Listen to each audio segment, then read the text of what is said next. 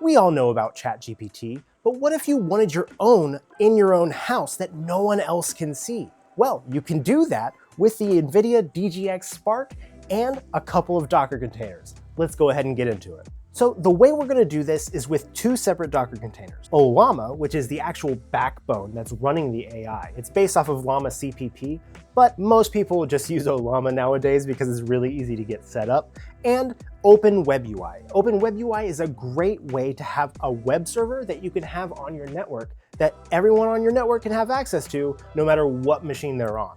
So let's go ahead and get started. The first thing we're going to want to do is run a Docker PS command because we want to make sure that we're not running any extra Docker containers and we want to see if we have permissions to see them. So let's go ahead and do that. We're going to copy that over, paste it in. Oh, see, we had permission denied, which is bad. So what we're going to do now is run this next command, paste that in. So what this next command is doing is actually adding us to the user group for Docker so that we get permissions. And the way we're adding ourselves to that group is with sudo. Sudo will help you get through doing anything as an admin. So we're going to go ahead and hit enter, type our password in, and you won't be able to see it. That's not a problem. That's normal in Linux. When you're done, hit enter, and it added us to that group. So we're going to run Docker PS again just to make sure everything is going well. Let's go ahead and clear before we run our next Docker PS. So clear, hit enter, and now we can run Docker PS. Didn't save my running of Docker PS, so I'm gonna have to copy that again, paste that in. Nothing's running, so we should be good to go. So now that we know that Docker is running and we have permissions to see all of it, we're gonna go ahead and do a Docker pull command. So what this is gonna do is actually pull down those two Docker containers we were talking about earlier before we go ahead and get them started. So we're gonna do Docker pull ghcr.io. That's just a repository for Docker containers, and then /open-webui /open-webui:/Ollama. So that's just a special version of Ollama that's meant to run with OpenWebUI. So let's go ahead and copy and paste that in. Paste, hit enter, right? And that's going out, and again, it's pulling down all of the container needs that we have. All right, those have been pulled down, so what we're gonna do now is actually do the next step where it's running the Docker container. So we're gonna do a Docker run command, and this is a -d, which means it's a daemon, which means we're not gonna see the logs in our terminal here, which is great because you don't always wanna see those. And then we're gonna run that on port 8080, use all of our GPUs, and then here it's going to define a couple of volumes for those Docker containers to do. The reason that I really like Docker containers is they kind of contain, for lack of a better term, all of the programs into one area. So they can't see everything on the rest of your computer. You have to define what they can see. So this is a volume that it can see.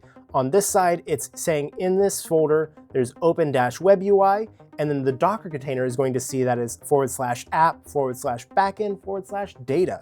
And then the next line is another volume, and then we're going to name those Docker containers right there. That is awesome. All right, and then the last line is naming those Docker containers. So let's go ahead and copy and paste that in. Those are up and running, which means that we should be able to go to localhost 8080 and actually set up our own ChatGPT. So let's go ahead and get started there and full screen this and we can get started. So we're going to enter our full name, our email, and our password. And then that is actually going to create our admin password. So this is the admin user for this service. You can actually create other users so other people on your network can use this at the same time. We're going to zoom in real quick so it's a little bit easier to see. So we have a dialog that looks an awful lot like ChatGPT, but we don't have any models. So what we're going to do is have this go out and get GPT-OSS 20B, which is a smaller model, but this can actually handle the 120B no problem. But I wanted to save a little bit of time on downloads because it's quite a bit bigger. So let's type GPT-OSS:20B, pull ChatGPT-OSS 20B from Ollama, and that's actually going to reach out to the Ollama service, pull down that file, and put it where it needs to go. That way you can start using it, right? It's verifying that the file is uncorrupted. And now it's downloaded and we should be able to use it. So let's go ahead and select that as our model. As for prompts, I'm a big fan of using Anthropic's prompt library. That way we can just kind of get apples to apples every time it's the same prompt. All right, let's go ahead and go out to Anthropic's prompt library and pick one of my favorite prompts. All right, I like cosmic keystrokes, so let's click on that. Right, then we're just going to copy this prompt here. Copy it, and we're going to go back to OpenWebUI and just paste that in, hit enter, and it should respond to us. So what it's doing now is actually loading the model up into the system memory. that might take a minute just because, you know, it's loading it into RAM.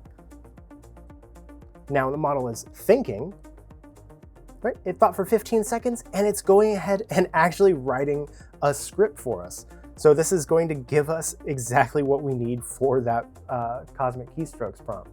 One of my favorite things about this is that it can run so many different models. GPT-OSS 20B is just the tip of the iceberg, and I want to see what you guys are going to do with it. But I also want you to comment hashtag I want a microcenter near me if you want a microcenter near you.